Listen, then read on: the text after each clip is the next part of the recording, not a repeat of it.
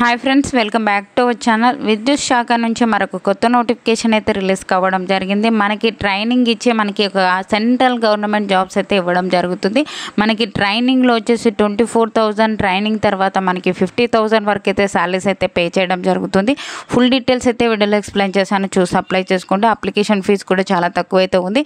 ఎవరికైనా మిస్ చేసుకోకుండా ఒక నోటిఫికేషన్కి అయితే అప్లై అయితే చేసుకోండి. ఫుల్ డీటెయిల్స్ అయితే ఈ వీడియోలో ఎక్స్ప్లెయిన్ చేశాను, చూసి అప్లై చేసుకోండి. అంతకంటే ముందుగా మీకు ఒక చిన్న రిక్వెస్ట్ అండి, వీడియో నచ్చినట్లయితే కంపల్సరీగా లైక్ చేయండి. అలాగే ఛానల్ సబ్స్క్రైబ్ చేసుకోకుంటే సబ్స్క్రైబ్ చేసుకోండి. ఒక చిన్న లైక్ ఏదైనా చేసేయండి.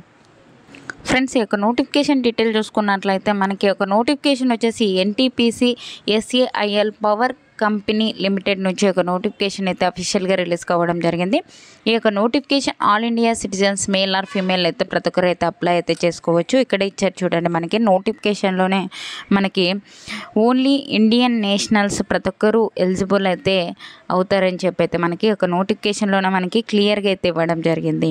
ఈ యొక్క పోస్టులకు అప్లై చేసుకోవాలి అంటే మనం first of all age limit అయితే చూసుకుందాం.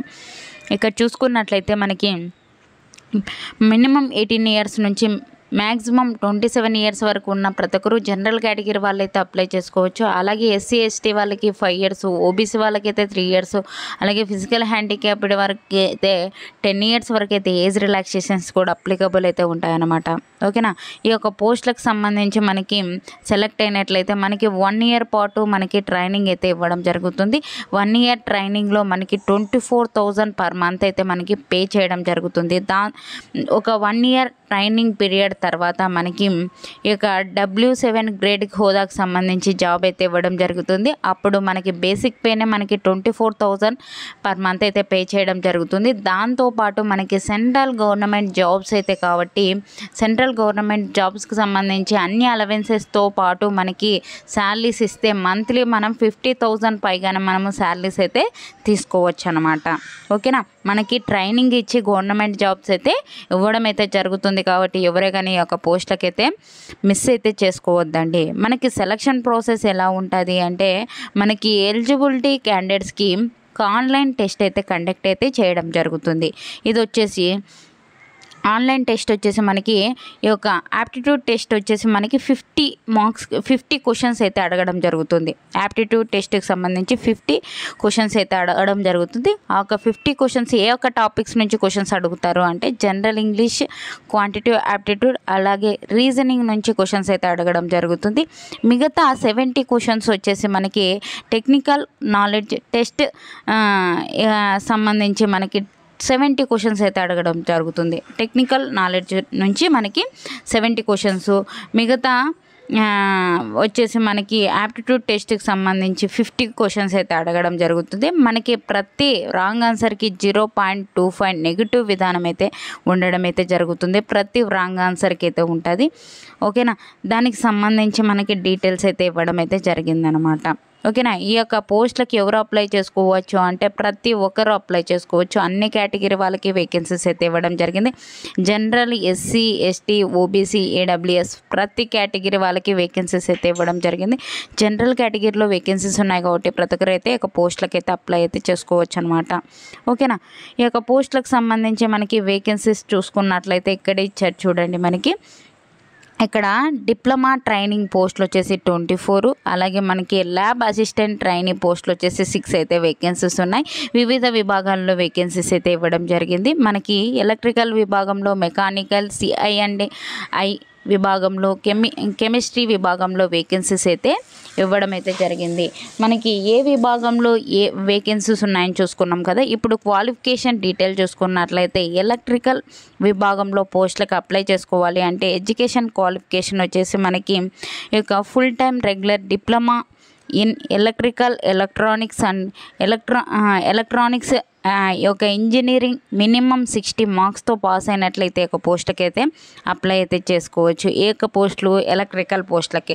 అదే మెకానికల్ పోస్టులకు వచ్చేసి మనం అప్లై చేసుకోవాలి అంటే మనకి ఒక full time regular diploma in mechanical production engineering మనకి మినిమం 60% మార్క్స్ తెచ్చుకున్నట్లయితే ఈ విభాగంలో మనం ఈ యొక్క మెకానికల్ పోస్టులకైతే అప్లై అయితే చేసుకోవచ్చు. C&I పోస్టులకు వచ్చేసి ఈ యొక్క విభాగంలో పోస్టులకు వచ్చేసి మనం అప్లై చేసుకోవాలి అంటే మనకి డిప్లొమా అయితే చేసి ఉండాలి. 60% అయితే మార్క్స్ అయితే తెచ్చుకొని ఉండాలని చెప్పి అయితే ఇవ్వడం జరిగింది. మనకి కెమిస్ట్రీ విభాగంలో వేకెన్సీస్ ఉన్నాయి కాబట్టి ఈ యొక్క పోస్టులకు అప్లై చేసుకోవాలి అంటే BSc chemistry with minimum 60% marks తెచ్చుకున్నట్లయితే ఈ యొక్క పోస్టులకు అయితే అప్లై అయితే చేసుకోవచ్చు అనమాట. ఓకేనా. నెక్స్ట్ వచ్చేసి ఇంపార్టెంట్ డేట్ చూసుకున్నట్లయితే మనకి ఆన్లైన్ అప్లై డేట్ వచ్చేసి ఆల్రెడీ స్టార్ట్ అయిపోయిందండి. మనకి సెప్టెంబర్ 25th నుంచి అయితే స్టార్ట్ అయిపోయింది. లాస్ట్ డేట్ వచ్చేసి మనకి అక్టోబర్ 10th వరకు అయితే ఉంది. ఆ లోపల అయితే ఒక పోస్టులకైతే ఆన్లైన్ విధానం ద్వారా అయితే ఒక పోస్టులకైతే అప్లై చేసుకోవాల్సి ఉంటుంది. ఈ యొక్క పోస్టులకు సంబంధించి అప్లికేషన్ ఫీజు చూసుకున్నట్లయితే ఓన్లీ 300 రూపీస్ పే చేయాలి. అది కూడా ఇక్కడ SC ST candidates, physical handicapped, ex service man, ఫీమేల్కి ఎటువంటి ఫీజు అయితే లేదు. మిగతా క్యాండిడేట్స్ ఎవరైతే ఉంటారో మేల్స్, OBC వాళ్ళు ఇలా ఎవరైతే క్యాండిడేట్స్ ఉంటారో వాళ్ళైతే 300 రూపీస్ పే చేసి ఆన్లైన్ విధానం ద్వారా అయితే అప్లై అయితే చేసుకోవాల్సి ఉంటుంది. మీకు అప్లై లింక్ కింద డిస్క్రిప్షన్లో ఇస్తాను. లేదు అంటే మెయిన్ వెబ్సైట్ ఇక్కడ ఇచ్చారు చూడండి, http://www.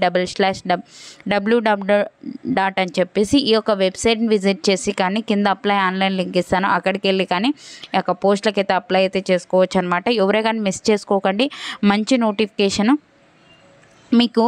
అలాగే ఇక్కడ మనం ట్రైనింగ్ అయితే మనము తీసుకోవాల్సి ఉంటుంది అని చెప్పాను కదా. దాంతోపాటు మనకి సర్వీస్ అగ్రిమెంట్ బాండ్ అయితే తీసుకోవాల్సి ఉంటుంది. దేనికి అంటే మనం మినిమం కంపల్సరీగా అయితే 3 years అయితే కంపల్సరీగా అయితే ఈ యొక్క సంస్థలో మనం వర్క్ చేయవలసి ఉంటుంది.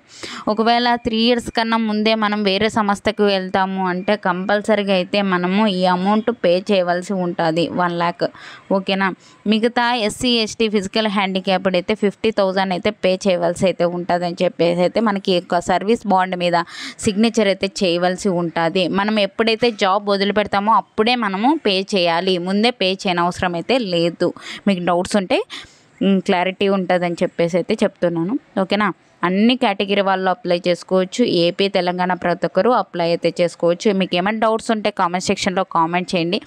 మనకి అన్ని సెంట్రల్ గవర్నమెంట్ జాబ్స్, ఎవరే కానీ మిస్ చేసుకోకండి. ఇంకోటి అంటే మనకి సెంటర్స్ ఎక్కడ ఉంటాయి అంటే చాలా లాంగ్ అయితే ఉంటుందండి. సెంట్రల్ గవర్నమెంట్ జాబ్స్ కదా కాబట్టి మనము ఢిల్లీలో కానీ ఎన్సీఆర్ ఢిల్లీ, లేకపోతే కోల్కతా, రాయ్పూర్, ఒక భువనేశ్వర్లో అయితే మనకి ఒక 4 సెంటర్స్లో అయితే మనకి సెంటర్స్ అయితే ఉంటాయన్నమాట. దగ్గరలో ఉండవు. మీకు ఏది దగ్గర అయితే అది మనం చూస్ చేసుకొని పెట్టుకోవచ్చు అనమాట. కాబట్టి దగ్గరలో ఉండవు, ఇంత దూరమా అని చెప్పేసి అయితే అప్సెట్ అయితే అవ్వద్దండి. సెంట్రల్ గవర్నమెంట్ జాబ్స్ కాబట్టి మనకి కావాలి, నేను కొడతాను ఈ యొక్క జాబ్ అనుకున్నట్లయితే మీరు వెళ్ళి ఈ యొక్క ఎగ్జామ్కి అయితే అటెండ్ అయితే అవ్వండి. ఓకేనా. మీకు ఈ వీడియో నచ్చినట్లయితే కంపల్సరీగా లైక్ చేయండి. అలాగే ఛానల్ సబ్స్క్రైబ్ చేసుకోకుంటే సబ్స్క్రైబ్ చేసుకోండి friends. Thank you for watching. Have a nice day.